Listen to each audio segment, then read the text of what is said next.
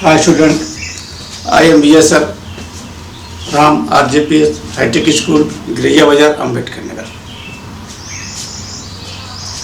प्यारे बच्चों, पिछली वीडियो में मैंने नेगेटिव सेंटेंसेस के बारे में बताया और आज मैं लेके आया हूँ इंट्रोगेटिव सेंटेंसेस। इंट्रोगेटिव सेंटेंसेस आज मैं आप लोगों को बताऊंगा। इंट्रोगेटिव यानी प्रश्नवाचक के बारे में बताऊंगा। देखिए इसमें बताया गया है, देखिए रूल्स ऑफ द ट्रांसलेशन, प्रश्नवाचक वाक्य के ट्रांसलेशन के क्या नियम होते हैं। प्रश्नवाचक सेंटेंसेस दो प्रकार से बनाए जाते हैं। पहला रूल है, यदि वाक्य में क्या शब्द सबसे पहले आ जाए, यदि वाक्य में क्या शब्द सबसे पहले आ जाए तो उसकी अंग्रेजी हम कर्ता के अनुसार सहायक क्रिया का प्रयोग पहले करते हैं। कर्ता के अनुसार सहायक क्रिया का प्रयोग सबसे पहले करते हैं। जैसे आपको नियम में लिखा गया है कि जिन प्रश्नवाचक वाक्यों में क्या शब्द वाक्य में सबसे पहले आया हो तो उसकी अंग्रेजी व्हाट से नहीं करते हैं, बल्कि कर्ता के अनुसार सहायक क्रिया का प्रयोग सबसे पहले करते हैं। अंडरस्टैंड? नोट कर लीजिए, कॉपी कलम लेकर के नोट करिए। फिर से देख लीजिए, जिन प्रश्नवाचक वाक्यों में क्या शब्द वाक्य के में सबसे पहले आया हो तो उसकी अंग्रेजी व्हाट से नहीं करते हैं, बल्कि कर्ता के अनुसार सहायक क्रिया का प्रयोग सबसे पहले करते हैं। अंडरस्टैंड? जैसे क्या वह अपना पाठ याद करता है। एक एग्जाम्पल ले लीजिए, क्या वह अपना पाठ याद करता है। अंडरस्टैंड? अब देखिए इसका स्ट्रक्चर होता है, क्या शब्द वाक्य में सबसे पहले आया है तो हम इसकी अंग्रेजी व्हाट से नहीं करेंगे, बल्कि सहायक क्रिया का प्रयोग डू या डज, जैसे मैंने स्ट्रक्चर दे दिया है, डू या does plus subject plus main verb का first form plus object plus other word. ये स्ट्रक्चर है इसका बनाने का, अनुवाद बनाने के नियम है कि यदि वाक्य में क्या शब्द सबसे पहले आ गया, यही क्या शब्द सबसे पहले आ गया तो इसको हम व्हाट से नहीं बल्कि सहायक क्रिया डू या डज कर्ता के अनुसार, कर्ता एक वचन है इसलिए हम यहां डज लिखेंगे। अंडरस्टैंड? यहां डज का प्रयोग करेंगे तो लिखेंगे डज, सब्जेक्ट फिर लिखेंगे वह है does he. Understand? Does he learn his lesson. Understand?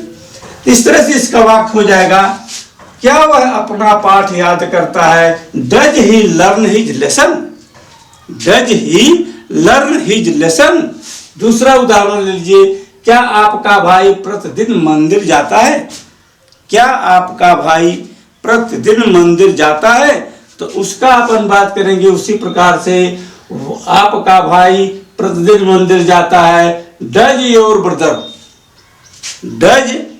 Brother go to temple daily.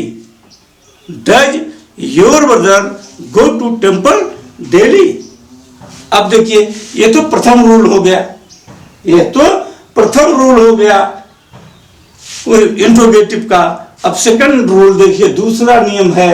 दूसरा नियम क्या है, जिन प्रश्नवाचक वाक्यों के बीच में, दूसरा नियम है, जिन प्रश्नवाचक वाक्यों के बीच में कोई प्रश्नसूचक शब्द, जिन प्रश्नवाचक के बीच में कोई प्रश्नसूचक शब्द जैसे क्या, कब, क्यों, कहां, कैसे आदि वाक्य के बीच में आ जाए तो, वाक्य के बीच में आ जाए तो उसकी अंग्रेजी हम ट्रांसलेशन बनाते समय उसकी अंग्रेजी सबसे पहले करेंगे।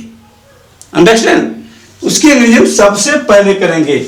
देखिए, जिन प्रश्नवाचक वाक्यों के बीच में कोई प्रश्न सूचक शब्द कब, क्यों, कहां, ठीक है, कैसे, क्या, कैसे आदि आया हो तो उसकी अंग्रेजी बनाने में पहले प्रश्न सूचक शब्द की अंग्रेजी लिखते हैं। अगर ऐसा वाक्य आ जाए, ऐसा शब्द आ गया, कब, क्यों, कहां, कैसे आदि में से कोई भी शब्द प्रश्नवाचक के बीच में आया है, वाक्य के बीच में आ गया है, तो उसकी अंग्रेजी हम सबसे पहले लिखते हैं। जैसे आप एग्जाम्पल देख लीजिए, जैसे इसका स्ट्रक्चर भी होता है, या पहले एग्जाम्पल दे लीजिए। जैसे तुम कहाँ रहते हो, तुम क्या करते हो, तुम क्यों पढ़ते हो, तुम क्यों भोजन करते हो, तुम क्यों जाते हो। ये आया ना प्रश्नवाचक के क्वेश्चन मार्क बीच में, वाक्य के बीच में आया, तो इससे मालूम हो कि ये भी प्रश्नवाचक है। तो इसका अनुवाद बनाने का नियम ध्यान लीजिए, स्ट्रक्चर लिख लीजिए। पहले क्वेश्चन मार्क होगा, पहले क्वेश्चन वर्ड, इसके बाद कर्ता के अनुसार डू या डज, फिर सब्जेक्ट, फिर मेन वर्ब, फिर ऑब्जेक्ट, फिर अदर वर्ब। अंडरस्टैंड?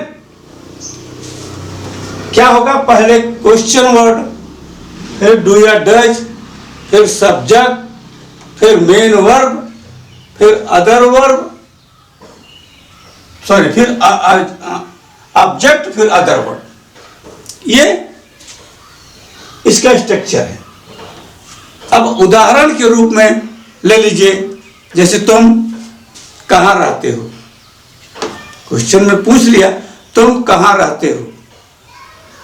प्रश्न में कहां रहते हो, बीच में शब्द आ गया कहां रहते हो। देखिए, तुम कहां रहते हो, कहां शब्द आ गए। ये कहां शब्द जो है, ये क्वेश्चन, ये वाक्य के बीच में आ गया। तो यही मेरा क्वेश्चन वाक्य हो गया, यही मेरा क्वेश्चन हो गया। कहां रहते हो, कहां रहने के बारे में पूछ रहा है मुझसे, वो कहां रहने के बारे में पूछ रहा है। तो इसको हम पहले लिखेंगे, इसको सबसे पहले कहां की अंग्रेजी बनाएंगे, होयर, होयर। इसके बाद कर्ता यू है, तो इसकी सहायक क्रिया डू आती है, तो हम लिखेंगे डू।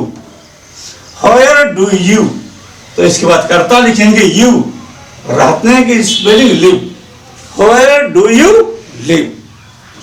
इसका पूर्ण अनुवाद हो जाएगा, होयर डू यू लिव, तुम कहां रहते हो।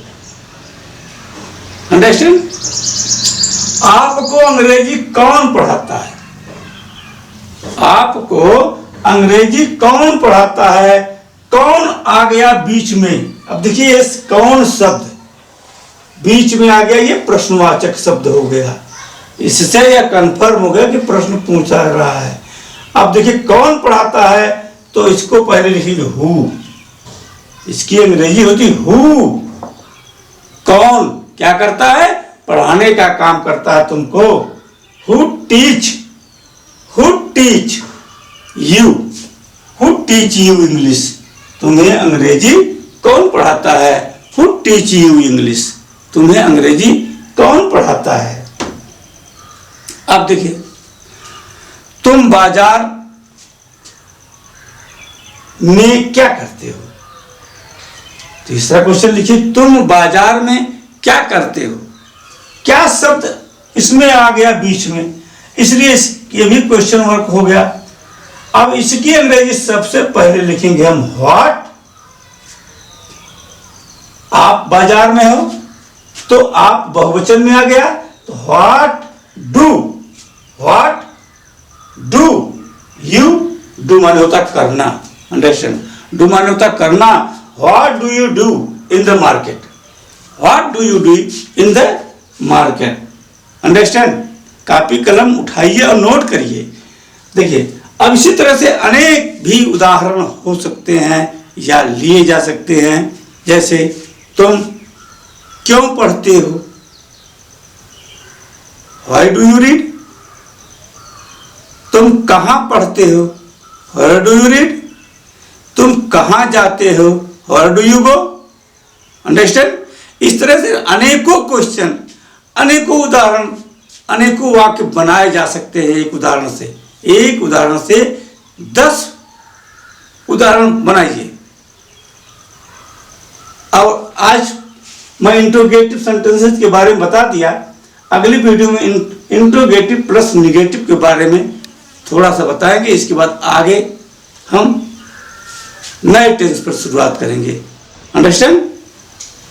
Thank okay bye.